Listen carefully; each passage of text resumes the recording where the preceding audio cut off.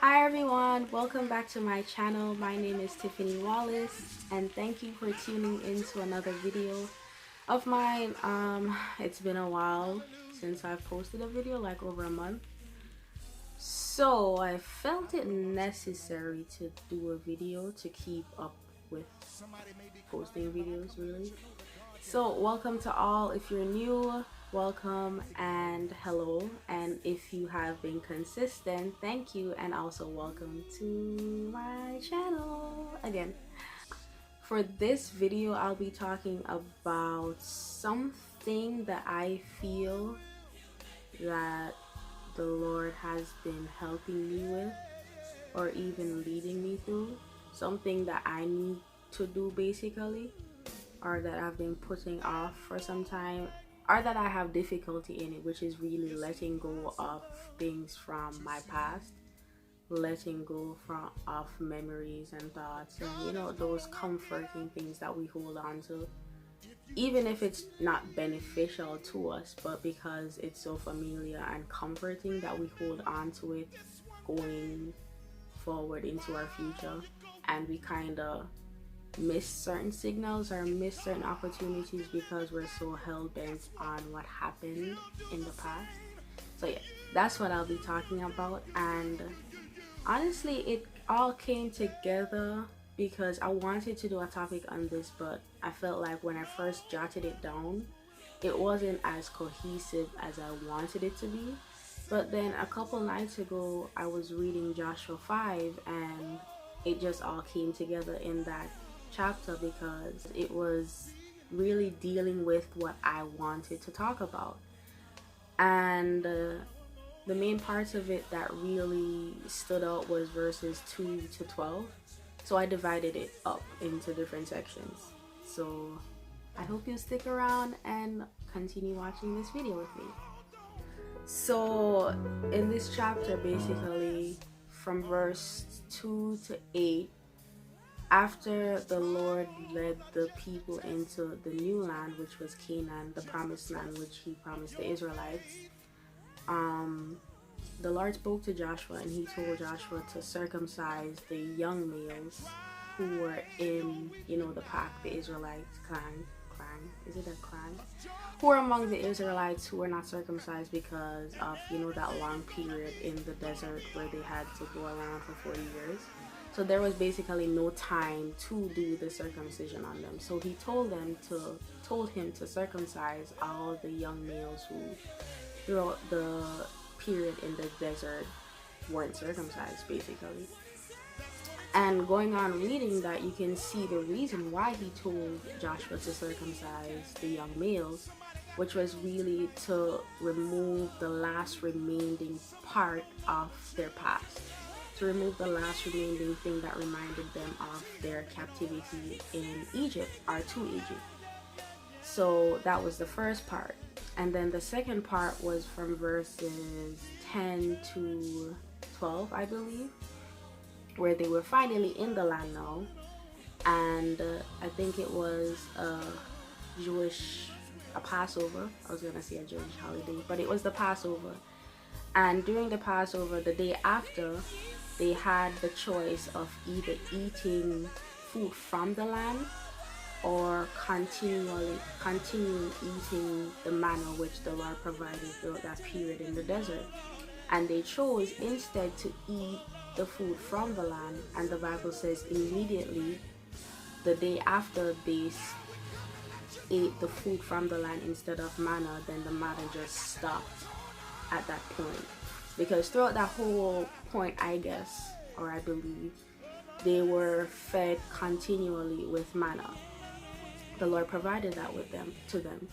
But the moment that they ate instead the food from the land, their supply of manna was stopped at that moment. And that kind of hit me deep, both parts of it, because one, the Lord telling Joshua to circumcise the males, to remove the last remaining thing of their past, that stood out to me because one, the Lord telling Joshua to circumcise the males as a symbol of removing the thing that reminds them of their past. In the NIV version, the Bible uses the word reproach, and if you use the dictionary, you realize that the definition of reproach means disgrace, rebuke, or it also says expression disapproval. So it's as if the Lord saw that probably the Israelites were still holding on to their past, really still holding on to all the experiences that they had in Israel, and probably he saw that where they were going or where they were already at, that would just be a hindrance in, you know, holding on to all of that when they had such joy of experiencing so much new better things ahead of them, but they were still holding on to that. That's my assumption, at least. Why probably he saw that it was still weighing them down. That's why he suggested, or he told Joshua, or maybe it was for them to finally realize that where they are, they no longer need to reminisce or no longer need to go back into their past. And in all honesty, that's how some of us are, especially me. You know, we may be so much further along in life. We may even be in places that we've prayed about, that we've always wanted to be, but because of this stronghold that our past still has on us, we can't really enjoy all that is present or ahead of us, because we're still so bent on what happened in the past. So that was the first part that really grabbed me, from verses 2 to 8, Joshua 5, just in case you want to read it. And the second part, which was from verse 10 to 12, was the fact that the manna stopped when they chose to eat the food from the land instead of continuing with the manna. That part also stood out to me, because before they were in the promised land in Canaan, they were being fed manna all throughout the desert. And one would say that the season at which they were in, which was the season of the desert, that was what they needed. And that was what the Lord supplied them with. But now that they were out of the season of, you know, that desert season, that dry season, and they were now in their promised land, in what the Lord promised that they would have, they no longer needed that from that season. But the new season that they were now in, there was a new supply for them. So they now had the decision of either choosing to carry with them from the old season what they were being fed with, or what they were eating, or they could now put that away and choose to eat what was now in the new season. And I know that, you know, in actual terms, each season isn't really about eating, but I think it also, the food symbolizes not really the actual eating, but probably our thoughts, probably the baggages that we bring around, probably the things that we need to leave. You know, the food doesn't really have to symbolize food for you, but it could symbolize something that we were being supplied with in a particular season.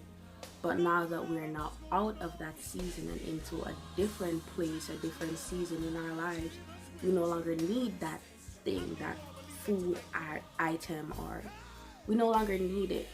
And actually, what we do need is in the season that we are going into, or in the season that we have now arrived in. But we now have to choose if we're going to let go of what was, you know, comfortable to us, what was on a timely schedule every day, what was kind of promised or comfortable, I would say, and choose to let that go and take on something that is now new and different, something that we've never experienced. We don't know its time schedule. We don't know if it's going to be at this time, at this specific time, as it was in the past. We don't know if it's going to have different varieties of things, or if it's going to be as the same thing from the past. So I feel like they were kind of at a crossroad after that Passover, and they chose to eat something that was strange. It wasn't strange, it was just different from what they were always being fed. And that's the symbolic theme that I really wanted to bring across, that in different seasons that we transition into, we'll have different things, we'll have different supplies, and from one season we may have this way, but in another season we'll have something different. And I feel like in different seasons that we do transition into, we sometimes go into different circumstances or situations with the same mindset as of the past. You know, this is where it all ties into, that our past can really have an effect on how we go forth in life, or how we go forward, if we choose to let go of what was or what is familiar and take hold of something that we've never experienced, we've never, really been in to see, to study if it's going to be as it was before.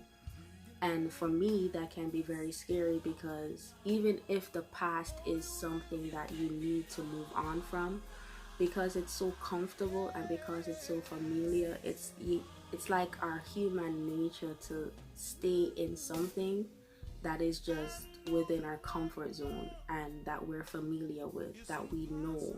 Even if we know that it's not good for us, at least we're still familiar or tied to it, versus venturing off into something that we don't know the outcome, we don't know how it will be, we just have a lot of unknown, unanswered questions.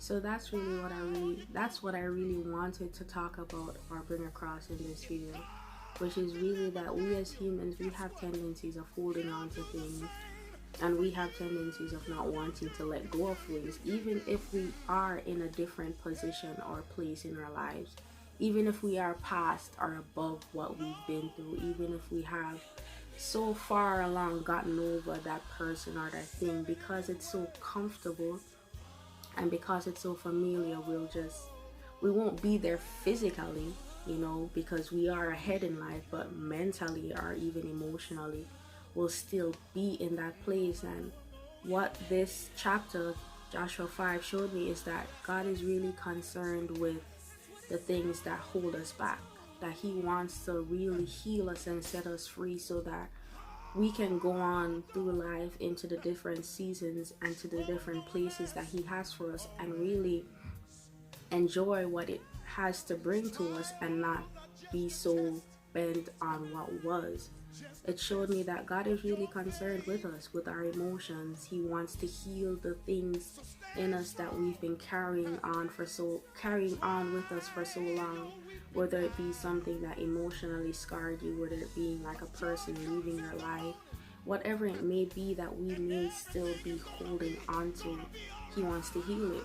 And it also shows me that even when He heals that thing inside of us, or that when He removes or takes away the reproach or the disgrace or the thing that has been burdening us, that we now have the choice, or it's not our choice really, to decide if we're going to continue on with the same mindset in the same path, or are we going to choose to now venture off into a different path, and not just any random different path, but into a path that is now God sent, meaning practicing more healthier habits, whether it's with your thoughts, to practice having more healthier thoughts, to practice feeding yourself with healthier words in even what you say about yourself, how you see yourself, how you view yourself, to be more positive, to go to Him about more situations rather than keeping it in, to do whatever it is that we need to do to get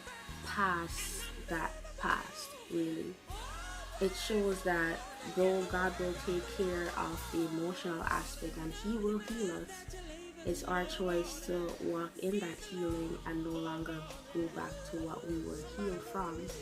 And even though the Israelites chose to eat something different, to eat something in the season that they were from, that's not always the case with all of us. Sometimes we will go back. I have gone back time and time after again, even after asking the Lord to heal this part of me or to take this away from me. And when I do that and I don't feel like it has been, it feels like I've been given all right to venture off back into that mindset or that place that I want to be healed from. But what I will say is that being healed from something is not a feeling. This whole concept of faith is not a feeling. It's believing in something that it is, even if you don't feel it to be that it is. It's believing God in his word, that what he says is true, even if our feelings are counteracting what his word says. To be healed, it's not really a feeling thing, it's a faith thing. So taking God at his word, and then after believing in that, is now doing the physical work, which is taking active steps into, okay, if I believe that God healed me from this, then I'll stop doing this, or I no longer have the need, or not the need, but I no longer see this as something that I need to do because I've been healed from it. And though you may not feel as if you're healed from it, because it still bothers you, or you still have thoughts towards it, to still believe in God's word above everything else, that if he heals you, then you are healed. There have been so many instances in the Bible where the Lord has healed someone, whether it was someone who was lame and they now have the ability to walk, but sometimes even while he healed them, they had a mat someplace that they were laying on, and instead of telling them to discard off the mat, he told them to take up their mat and to continue walking with it. Now, why he did that, I may not know, but I could only speculate that probably their mat symbolized, again, their past. Their mat symbolized their experience, or probably what they've gone through. And you can't really get rid of that. You can't not remember something that happened to you, especially if it was something traumatic. You can't erase that part of your past. But now that you are on your 2 feet, know that you have been healed, you no longer have to sit in it, but you can walk. You can move away from that place that you were. Even though you may still carry it around, it doesn't define you anymore, because now you have the ability to do something that you weren't able to do, which was walk in their instance. So I'm just really trying to say that even if you don't feel like you've been healed from something, to believe God that when he says something, he really means it, and that he won't lie to you and he won't mislead you into a wrong path. But it is now our decision to really walk in the path that he has laid forth to us, to walk in that place of healing, and no longer to sit and wallow in our past. Just like with the situation with the Israelites, they had to choose to eat something new.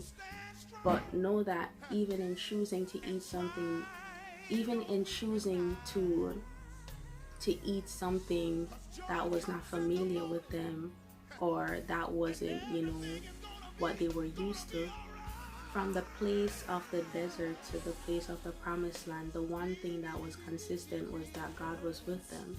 So know that God will be with you through your period of desert, where he's supplying you with something right now. But when you get to the place that he wants you to be, or when he places you into a different season, know that he will even be with you in that season. The Lord was consistently with the Israelites, though they were disobedient, though they rebelled, though they turned their backs on God, though they did all manner of things to God, he was still with them. And that's significant to us now, to know that even if we do mess up, even if we do take a while to choose what is right for us, even if we do take a while to walk in that path of healing, know that God will be with you until you have really come into the place that he wants you to be. So I just want to encourage you to know that wherever you may be, you could still be in that place of desert, or you may be out of that desert. Know that God is with you in both situations, and know that he will journey with you. And even when you do get to the place that he wants you to be, he will still be with you, because his word is true, and his word says he will never leave us, nor will he ever forsake us. So I hope that small, not really small because it was kind of long, But I hope that encouraged you and helped you in whatever way that needed to. And I hope that you will be encouraged to wherever you may be, to know that God is with you and that He wants to heal you. But also know that you have to play your part and to walk in your new realm of healing. I hope you enjoy this video. Please like, comment, and subscribe to my channel. If this inspired you and you want to share that, please go ahead and comment. And if you have not already, please subscribe to my channel and please like this video. Thank you for watching it, and I hope you have a good day. If this is a day, you're watching it in a good day, or you have a good night. Either way, I just hope that you have a good whatever time of day it is for you. And I'll see you again. Bye.